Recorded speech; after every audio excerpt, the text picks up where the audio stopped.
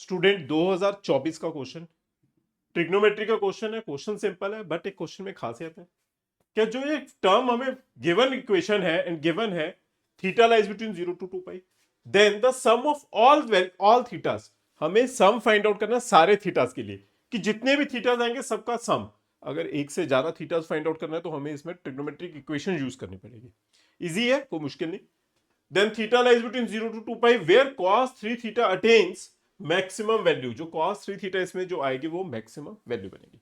सबसे पहले हम फॉर्मूला देखते हैं इस पार्ट के लिए, cos a minus B cos a plus B, मतलब एक फॉर्मूला है cos a plus B into cos a minus B. This number is equal to है cos square a minus sine square b, और इसी term को हम लिख सकते हैं cos square b minus sine square a। ये दोनों सेम ही फॉर्मूला है। इस स्टेप में क्वेश्चन दोबारा लिख लो, ये term cos theta cos 6 theta minus theta cos 6 theta plus theta modulus whole modulus is less than equal to 1/8। First two terms में ये फॉर्मूला अप्लाई करोगे cos a plus B into cos a minus B. cos a plus B आगे लिखा है cos a plus B cos a minus B, मतलब cos square a minus sin square b या cos square b minus sin square. देखो cos 3 theta required है, इसलिए मैं कोशिश करूंगा कि सारा answer in terms of cos हो जाए। वो किस तरह से, मैं सेकंड वाली टर्म यूज करूंगा, मतलब cos में कन्वर्ट करना, मैंने इसलिए पहले ही सेकंड वाली टर्म, मतलब इसे मैं लिख रहा हूं cos square theta minus sin square 60, क्योंकि जो b है this is theta and a is 60, क्योंकि थीटा मेरे को in terms of cos theta question लेके जाना है, तो cos थीटा आ गया, ये इस टर्म की वैल्यू पुट हो जाएगी sin 60 की, लेस देन इक्वल टू 1/8 है। cos theta cos square theta minus sin 60 हो जाएगा √3/2 whole square, less than equal to 1/8। ये नंबर बच जाएगा cos थीटा, एलसीएम लगा दोगे, ये टर्म बनेगी देखो cos square theta minus 3/4 whole mod is less than equal to 1/8।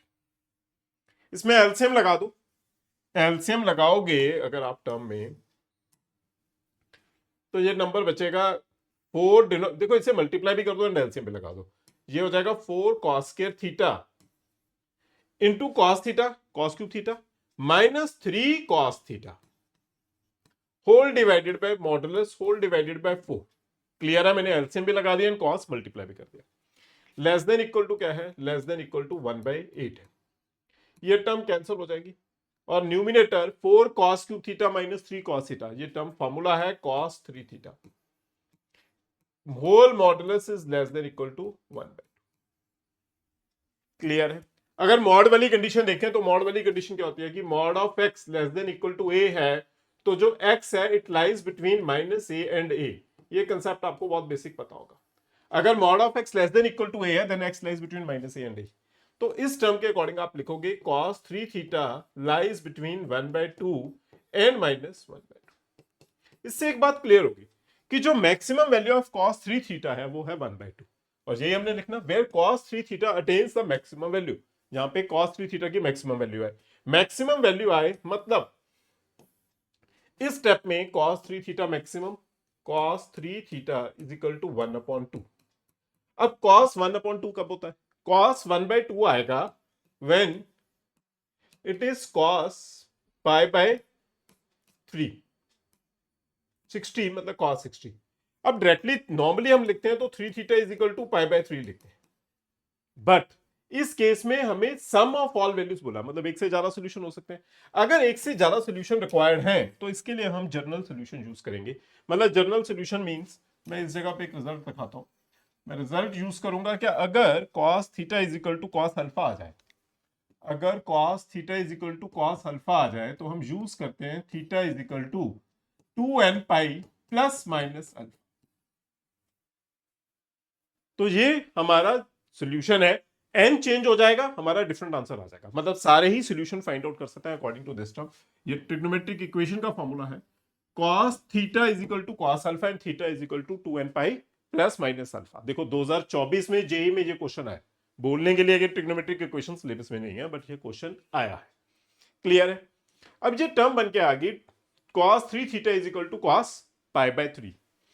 अब इस सोल्यूशन के according 3 theta is equal to 2n pi plus minus pi upon 3 होगी। 2n pi plus minus pi by 3 divide by 3 कर दोगे, divide by 3 करोगे तो theta value आ जाएगी 2n pi by 3 plus minus pi by 9 plus minus pi upon 9। तो ये हमारे पास जितने भी सॉल्यूशंस आ गए सारे आ गए, मतलब n वैल्यू चेंज करोगे हमारा सॉल्यूशन चेंज हो जाएगा जो भी, मगर n 0 1 2 3 4 पुट करोगे, बट n वैल्यू जो थीटा वैल्यू है हमेशा 0 टू 2 पाई में लाई करेगी। Theta always lies between 0 to 2 pi. अब इसमें मैं पुट करने जा रहा हूं n वैल्यूज 0 1 2 3 जो भी पुट होंगी। n वैल्यूज पुट करोगे अगर आप, देखो मैं इस जगह पे रब करके n वैल्यूज पुट करने जा रहा हूं। सबसे पहले मैं n की वैल्यू पुट करूंगा 0। अगर n वैल्यू आप 0 पुट करोगे, n 0 पुट करोगे तो हमारे पास थीटा आ जाएगा 2 पाई, सॉरी फर्स्ट नंबर तो 0 हो जाएगा, फिर 2n पाई टर्म तो पूरी 0, रिमेनिंग बच जाएगा plus minus pi by 9। Plus minus pi by 9 minus number नहीं आएगा क्योंकि 0 से स्टार्ट होगा, 0 से स्टार्ट होगा। अगर n 0 पुट करोगे तो थीटा हमारे पास सिर्फ एंड सिर्फ पाई बाय 9 आएगा। हमारा फर्स्ट सोल्यूशन, ये फर्स्ट सोल्यूशन आ गया अगर n 0 पुट करोगे। फिर मैं n 1 पुट करता हूं। n 1 पुट करोगे अगर आप n 1 पुट करोगे तो दो आंसर आएंगे। कौन कौन से दो आंसर आ जाएंगे? Theta is equal to 2 pi by 3 plus pi by 9 and 2 theta is equal to 2 pi by 3 minus pi by 9। यही हो जाएगा ना। n वैल्यू 1 पुट करोगे जो दो आंसर्स आ जाएंगे। अब नेक्स्ट, अगर n वैल्यू 2 पुट करोगे, n वैल्यू 2 पुट करोगे तो कितना बन जाएगा? n2 theta is equal to 2 put करो, this is 4 pi by 3 plus pi by 9 comma theta is equal to 4 pi by 3 minus pi by 9। n2 put करके भी दो आंसर्स आ जाएंगे। क्लियर है? अगर मैं n3 पुट करूंगा, प्लीज चेक करना ना, अगर n वैल्यू 3 पुट करोगे आप, अगर n वैल्यू 3 पुट करोगे तो ये नंबर बन जाएगा 3 एंड 3 कैंसिल, रिमेनिंग बच जाएगा 2 पाई। अगर प्लीज यहां पे ध्यान से सुनना, अगर मैं n3 पुट करता हूं तो रिमेनिंग बच जाएगा 2 पाई प्लस माइनस पाई बाय 9 है। तो इसमें प्लस पाई बाय 9 अगर आप करोगे, अगर इसमें मैं प्लस पाई बाय 9 करूंगा तो ऑब्वियस है जो ये नंबर है, सॉरी जो नंबर है वो 2 पाई से ग्रेटर हो जाएगा क्योंकि 2 पाई में प्लस पाई बाय 9 करोगे तो ये प्लस वाली टर्म नहीं आएगी। तो हम इसमें सिर्फ एंड सिर्फ माइनस वाली टर्म कंसीडर करेंगे, 2 पाई माइनस पाई बाय 9। अगर n3 पुट करोगे तो हमारे पास सिर्फ वैल्यूज ये आएंगी, theta equal to 2 pi minus pi. ये हमारे फाइनल आंसर्स हैं। चाहे आप इसे सिंप्लीफाई करके ऐड करो या फिर डायरेक्टली ऐड कर देते हैं। मैं इसको डायरेक्टली ऐड कर देता हूं, सारे नंबर्स को ऐड करो। नंबर्स ऐड करोगे क्योंकि सम ऑफ ऑल टर्म्स बोल रहा है, सम ऑफ ऑल थीटास। मैं डायरेक्टली ऐड करने जा रहा हूं, इसे सिंप्लीफाई नहीं कर रहा। तो ये ऐड करोगे तो पहला नंबर पाई बाय 9, फिर आ जाएगा 2 pi by 3 plus pi by 9, फिर हो जाएगा 2 pi by 3 minus pi by 9।